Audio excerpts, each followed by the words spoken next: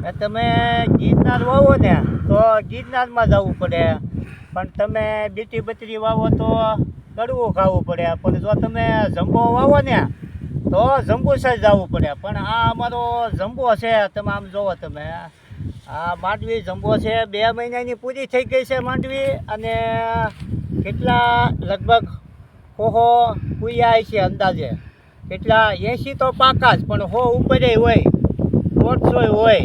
આની ઠેરી બહુ સારી છે, તમે જોવો આમ જોવો બધું હાંઠિયા માંડવી છે, હાંઠિયા પોપટા અને બધું વ્યવસ્થિત છે. અને બેહવામાં બહુ સારો છે આ જંબો.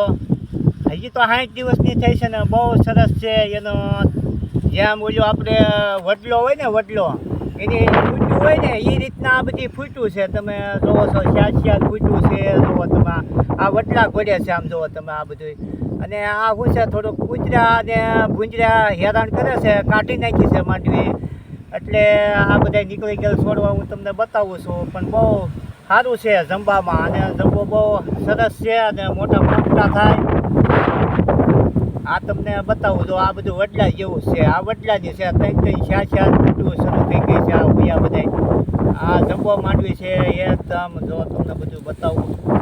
આ જો આ જંબો છે. અને બાકી કેમ લાગે મિત્રો કોમેન્ટ કરજો, અને થોડું ઘણું કહેજો. જો કાંઈ હોય તો તમારી પાસે પરિચય. જય કિસાન મિત્રો.